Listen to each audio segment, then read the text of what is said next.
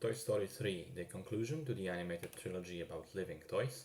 This time around, we pick up the story after many, many years after the second one, with Andy preparing to go to college already. We learn that it's been a long time since he last played with his toys, and they're all scared of being thrown or given away. And because of a mix up, despite Andy wanting to simply move them to the attic, his mum unknowingly donates them to a daycare. Initially, it seems like the perfect place for the toys. They will always be played with, never outgrown or rejected, and in the company of loads of other toys, especially after the warm welcome from the daycare toys leader, Lotso.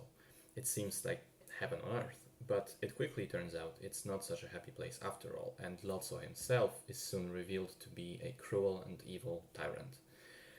So after Toy Story 2, which let me down a bit, especially in comparison to the original, I think the third part manages to turn things around again for the better. There are several key components as to why the movie works as much as it does.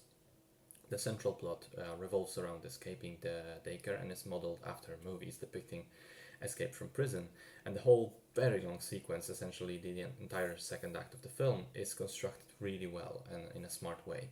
It does what I thought the previous movie did not do so well, which is it brings the toys together for a longer period of time, and we get to see not just their teamwork but also chemistry between them, and it also gives pretty much every individual character something important to do. It doesn't feel like some of them are just there for background, everyone plays a role. I think the villain of the film is the best we've seen yet, because on the one hand, through Lotso's backstory, we can kind of sympathize with him and feel bad for him, but on the other, the lengths to which he goes are absolutely unforgivable. He is one of Pixar's most vile and irredeemable bad guys, period. And finally, since at the time this film was planned to be the final installment in the series, it had the difficult job of bringing it to a satisfying end. And it does that well as well. So the entire epilogue of the movie is pretty emotional and touching, and for me, as someone who saw the original Toy Story way back as a child, it had that sting of nostalgia.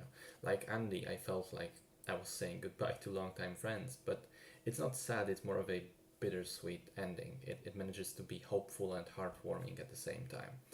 A fitting end to a classic series, although I have yet to see how Pixar approached the fourth film that was released earlier this year.